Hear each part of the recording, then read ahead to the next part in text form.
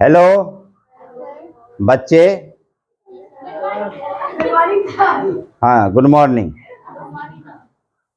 मतलब आप लोग मेरे बातों पर ध्यान नहीं दे रहे हैं।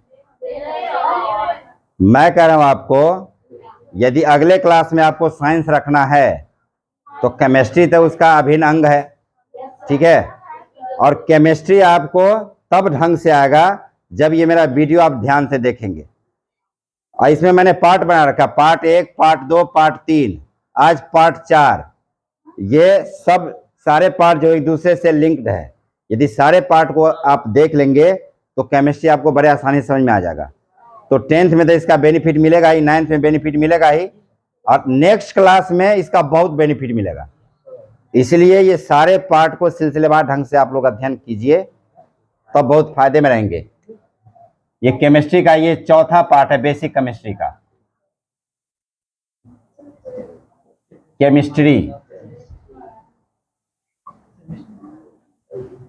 केमिस्ट्री का पार्ट 4 बेसिक केमिस्ट्री चल रहा है आप लोगों का।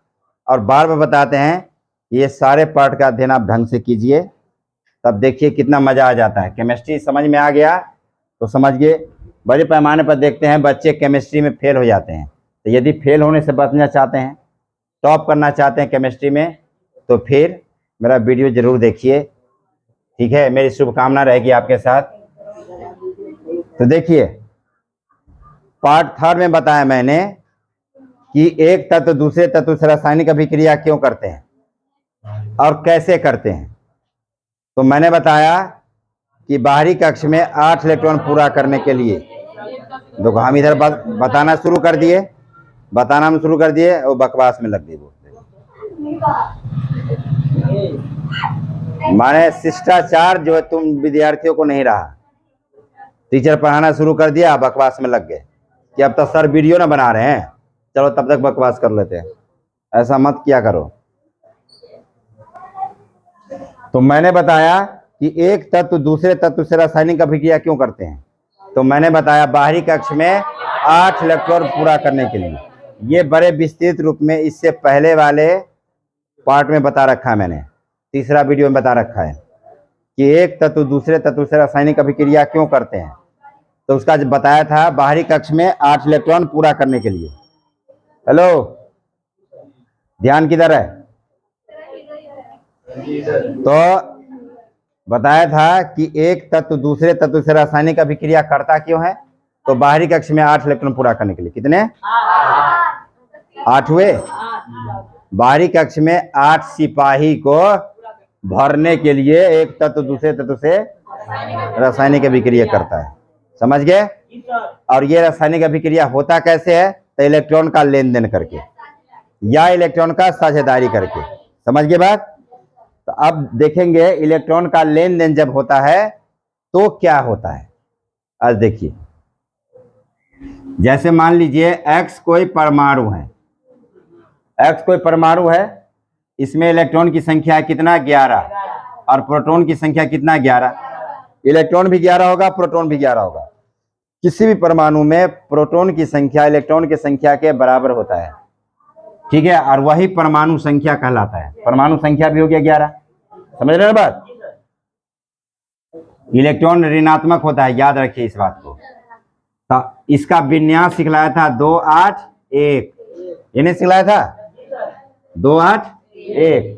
ये तो जानकारी होगा ना, ये विस्तृत रूप में बता रखा है मैंने। अब 2 8 1 है, तो इसको 8 इलेक्ट्रॉन पूरा करने के लिए 7 कोई देगा? इसके बाहरी, ये 1 लिखा ना इधर, मतलब बाहरी कक्ष में 1 इलेक्ट्रॉन है इसके। ये बताया था मैंने। ऐसे देखिए, ऐसे है, सबसे अंदर वाले में 2, इसके बाद वाले में 8, 1 2 3 4 5 6 7 8, इसके बाहर वाले में कितना है? 1। ऐसा है। समझ रहे बात? नहीं समझ में आया? इसको बताया था ना ऐसे 1s2 2s2 2p6 3s1, माने इस तरह से बताया था मैंने। ऐसे ये इलेक्ट्रॉनिक विन्यास है ये। अंदर वाले में 2 इलेक्ट्रॉन, इसके बाद वाले में 8 इलेक्ट्रॉन, तभी ना बताया था मैंने 2 8 1 ऐसे। मैंने सबसे बाहरी कक्ष में इसमें 1 इलेक्ट्रॉन है। इसकी इच्छा क्या है? बाहर में 8 हो जाए। इसी क्या इच्छा है? बाहर वाले कक्ष में 8 इलेक्ट्रॉन पूरा हो जाए। तो 8 पूरा करने के लिए या तो किसी से लेगा या ये किसी को दे देगा। तो 8, ये 7 कोई देगा नहीं इसको 8 पूरा करने के लिए। तो इसकी क्या प्रवृत्ति है? इसकी टेंडेंसी है इलेक्ट्रॉन को दान कर देने की। यार कोई ले ले, नहीं तो 1 इलेक्ट्रॉन ये क्या करेगा? हटा देगा, क्योंकि 8 पूरा करने के लिए 7 कोई देगा नहीं। तो क्या करेगा? ये 1 इलेक्ट्रॉन को दान कर देगा, हटा देगा 1 इलेक्ट्रॉन। तो 1 इलेक्ट्रॉन को हटा देगा। देखिए ये हटाया, इसने 1 इलेक्ट्रॉन को हटा दिया, तब इस पे आवेश कितना हो जाएगा? मतलब इलेक्ट्रॉन कितना रह जाएगा? इलेक्ट्रॉन टोटल था 10, 1 इलेक्ट्रॉन को हटा दिया तो इलेक्ट्रॉन कितना रह जाएगा? 10। समझ गए? कितना रह जाएगा इलेक्ट्रॉन? 10। और प्रोटॉन पे कोई फर्क नहीं पड़ेगा, प्रोटॉन वही का वही रहेगा। समझ में आया? ये होता है प्लस में। इतना समझ गए? नहीं समझ में आया? पक्का? तो अब देखिए इन दोनों में कौन ज्यादा हो गया? प्लस वाला ज्यादा हो गया। कितना ज्यादा हो गया? प्लस ए। तो इसीलिए ये जो x है ना, ये x, इस पे +1 हो जाएगा, ऐसे आवेश हो जाएगा। समझ में आया बात? 1 इलेक्ट्रॉन को हटा दिया तो ये तो कम हो गया ना, अब ये बढ़ गया। तो जो बढ़ गया, जितना बढ़ गया, इधर देखो, जितना बढ़ गया उतना इस पे पावर हो जाएगा, आवेश हो जाएगा। समझ गए बात? मान लीजिए ये 2 इलेक्ट्रॉन को हटा देता है, ये 2 इलेक्ट्रॉन को हटा देता है, ठीक है, तो x पे +2 आवेश हो जाएगा ऐसे। ये मान लीजिए 3 इलेक्ट्रॉन को हटा देता है तो इस पे +3 आवेश हो जाएगा। ये 1 इलेक्ट्रॉन को या 2 इलेक्ट्रॉन को या 3 इलेक्ट्रॉन को क्यों हटाएगा? क्यों हटाता है? हाँ याद रखो, बाहरी कक्ष में 8 इलेक्ट्रॉन पूरा करने के लिए। तो ये या तो 1 इलेक्ट्रॉन को हटा सकता है कोई एलिमेंट, या 2 को या 3 को, 4 को नहीं हटा सकता, क्योंकि 4 जब हटाएगा तो जो लेगा उसमें भी तो 4 है ना, बराबरी वाली बात आ जाएगी ना, दोनों पहलवान बराबर हो जाएगा, कोई किसी को देगा नहीं। तो ये लेन देन जो होता है या तो 1 इलेक्ट्रॉन का होगा, या 2 इलेक्ट्रॉन का, या 3 इलेक्ट्रॉन का। नहीं समझे बात? इसके बाहर में 3 फालतू है और जो लेगा उसके बाहर में 5 इलेक्ट्रॉन है।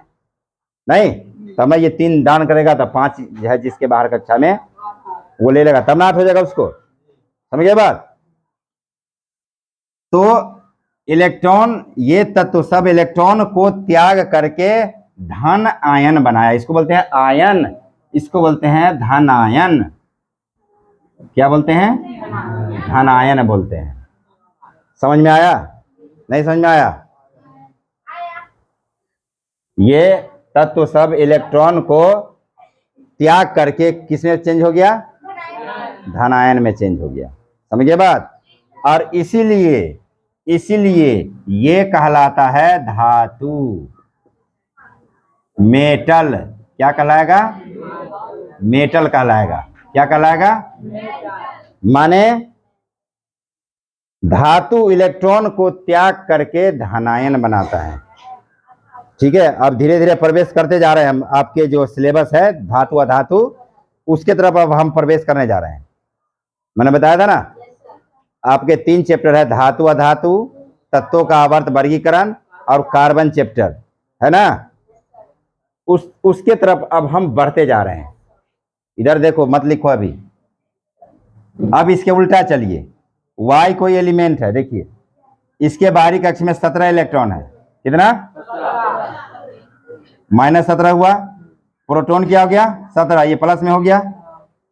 इसका विन्यास कैसे लिखाएगा? उसको दिखाई पड़ रहा है?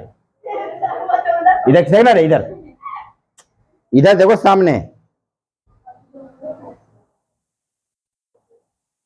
इसका विन्यास कैसे होगा? 2 8 7। देखो 2 8 माने इसके बाहर में 7 इलेक्ट्रॉन है, जैसे ये बताया ना मैंने। देखिए 1 2, इसके बाद 8, 1 2 3 4 5 6 7 8, और उसके बाद क्या है 7 है, 1 2 3 4 5 6 7, माने 1s2 2s2 2p 6 3s2 3p कितना 5, ऐसे तो ना, तब ना हुआ 2 8 7, इस तरह से हुआ 2 8 7। तो इसके बाहर में कितना इलेक्ट्रॉन है 7 इलेक्ट्रॉन, ठीक है। बाहर में कितने इलेक्ट्रॉन हुए 7 इलेक्ट्रॉन। तो 8 पूरा करने के लिए ये त्याग नहीं कर सकता, 7 है ना, त्यागने में बड़े परेशानी होगी, बड़ा दुख होगा। तो क्या करेगा ये, किसी से इसकी क्या प्रवृत्ति है, हमेशा लेने की, ये दे नहीं सकता किसी को, हमेशा कोई दे दे, अपना देगा नहीं। हाँ, भटकता रहे, दर्द फकीर है ना ये। जिसके बाहर कक्ष में 7 इलेक्ट्रॉन हो, याद रखो, बाहरी कक्ष में 7 इलेक्ट्रॉन हो, 6 इलेक्ट्रॉन हो, 5 इलेक्ट्रॉन हो, तो ये सब बहुत बड़े फकीर हो गए, महाफकीर, इंटरनेशनल फकीर। तो ये क्या करेगा, इलेक्ट्रॉन को हमेशा लेने की प्रवृत्ति होती है इसको, इसकी टेंडेंसी क्या है, इलेक्ट्रॉन को गेन करने की। कोई दे दे, मुंह बाहर आता, हाथ फैला हुआ रहता, तू दे दे तू दे दे तू दे दे, समझे बात। तो क्या करेगा, देखो ये बाहरी कक्ष में कितना इलेक्ट्रॉन की कमी है, 1 की कमी है, तो ये 1 इलेक्ट्रॉन लेने की टेंडेंसी है इसकी। तब मान लो 1 इलेक्ट्रॉन ले लिया, तो इसमें इलेक्ट्रॉन कितना हो जाएगा, पहले से कितना इलेक्ट्रॉन था, अब 1 और ले लिया, ऊपर ये 16 रह गया, ले न लिया 1 इलेक्ट्रॉन, 17 रुपया पहले से कर्जा था उसको, 1 रुपया कर्जा और ले लिया, 18 रुपया ना कर्जा हो गया, तो कर्जा हो गया इसके 18 रुपया, ये समझो ये माइनस में हो गया, समझ गए बात। इलेक्ट्रॉन माने कर्जा, समझे बात, ऋणी हो गया ये। अब प्रोटॉन पे कोई फर्क नहीं पड़ा है, प्रोटॉन प्लस में है, ये देख रहे हो पहले से धनवान है 17। अब देखिए इन दोनों में बड़ा कौन हो गया, अब करा प्रोटॉन बड़ा हो गया, ले अरे संख्या किसकी ज्यादा हो गई, इलेक्ट्रॉन की संख्या ज्यादा हो गई, माने माइनस वाला ज्यादा हो गया, तो इसीलिए y पर माइनस आवेश आ जाएगा, समझे बात। y पे ये जो y है, इस पे y पे इस तरह से माइनस आवेश हो जाएगा, ऐसे 1 इलेक्ट्रॉन ले लिया है ना, तो y पे माइनस आवेश आ जाएगा, समझ में आया। यदि ये 2 इलेक्ट्रॉन ले लेता है तब -2 आवेश हो जाएगा, 3 इलेक्ट्रॉन ले लेता है तो -3 आवेश हो जाएगा, समझ में आ रही बात। देखो ये यदि 2 इलेक्ट्रॉन को गेन कर लेता है, गेन कर लेता है मतलब ले लेता है, तो y पे -2 आवेश हो जाएगा। ये मान लो 3 इलेक्ट्रॉन को गेन कर लेता है तो इस पे -3 आवेश हो जाएगा, तो इसीलिए इसको बोलते हैं ऋणायन। क्या बोलते हैं, ऋणायन। तो इस तरह से ये जो हो गया, इसको बोलते हैं कैटायन, इसको बोलते हैं एनायन, इंग्लिश में एनायन हो गया, ये हो गया कैटायन, समझ गए, धनायन और ऋणायन, समझ गए। और इसलिए ये जो हुए ये हो गए अधातु, ठीक है, नॉन मेटल, क्या हो गया, नॉन मेटल, समझ गए बात। ये हो गया मेटल, ये हो गया मेटल माने धातु, ये हो गया अधातु नॉन मेटल। तो धातु की क्या प्रवृत्ति है, इलेक्ट्रॉन को त्याग करके धनायन बनाने की, और अधातु की क्या प्रवृत्ति है, इलेक्ट्रॉन ले करके ऋणायन बनाने की, समझ गए बात। अब धातु अधातु, अब से इलेक्ट्रॉनिक विन्यास के आधार पर अब आप धातु और अधातु की पहचान बड़े आसानी से कर सकते हैं। कैसे, इलेक्ट्रॉनिक विन्यास लिखेंगे, और जब भी देखेंगे सबसे बाहरी कक्षा में 1 इलेक्ट्रॉन आया तो धातु हो गया, या 2 इलेक्ट्रॉन आया फिर भी धातु है, 3 आया फिर भी धातु है, क्योंकि इसकी टेंडेंसी क्या है, इलेक्ट्रॉन को डोनेट करने की। डोनेट माने दान करने की। धातु की टेंडेंसी होती है इलेक्ट्रॉन को दान करने की। या तो उसके बाहरी कक्षा में 1 इलेक्ट्रॉन होगा, या 2 इलेक्ट्रॉन होगा, या 3 इलेक्ट्रॉन होगा, तो ये इलेक्ट्रॉन को दान कर देगा। इलेक्ट्रॉन को दान करके धनायन बना लेगा, ठीक है ना। ये दान करने वाला धन ही ना होता है, इसलिए प्लस आवेश हो जाता है, याद रखिए। और उल्टी तरफ ये अधातु जो होगा, इसमें इलेक्ट्रॉन को ले करके ऋणायन बनाने की प्रवृत्ति होती है। हमेशा ये कर्जा लेता ही लेता है। बाहरी कक्ष में या तो उसके 7 इलेक्ट्रॉन होगा, या उसके बाहरी कक्ष में 6 इलेक्ट्रॉन होगा, या बाहरी कक्ष में 5 इलेक्ट्रॉन होगा। याद रखिए इस बात को। तो मैं बार बार कह रहा हूं ना, परमाणु संख्या याद कीजिए। परमाणु संख्या याद करने के बाद ये इलेक्ट्रॉनिक विन्यास लिखने आना चाहिए। इलेक्ट्रॉनिक विन्यास ही आपको तय करेगा कि ये धातु है कि अधातु है। समझ में आ रहा है क्या? अब तो याद कर लेंगे ना। जिसको ढंग से याद नहीं है वो ढंग से याद कर लीजिए। समझ रहे बात? इलेक्ट्रॉनिक विन्यास सबको आना चाहिए, परमाणु संख्या सबको आना चाहिए, हैं? तभी आप धातु और अधातु में अंतर कर पाएंगे। बाहरी कक्षा में 1 से 3 तक इलेक्ट्रॉन हो तो धातु हो गया। बाहरी कक्षा में 6 या 5 या 7 इलेक्ट्रॉन हो तो अधातु हो गया। समझ गए बात? नहीं समझ में आया? पक्का समझ में आ गया? धातु और धातु में अंतर समझ में आ गया? इलेक्ट्रॉन के आधार पर धातु और धातु में अंतर करना आ जाना चाहिए, ठीक है। और यही आपको आगे का रास्ता द्वार खोलेगा।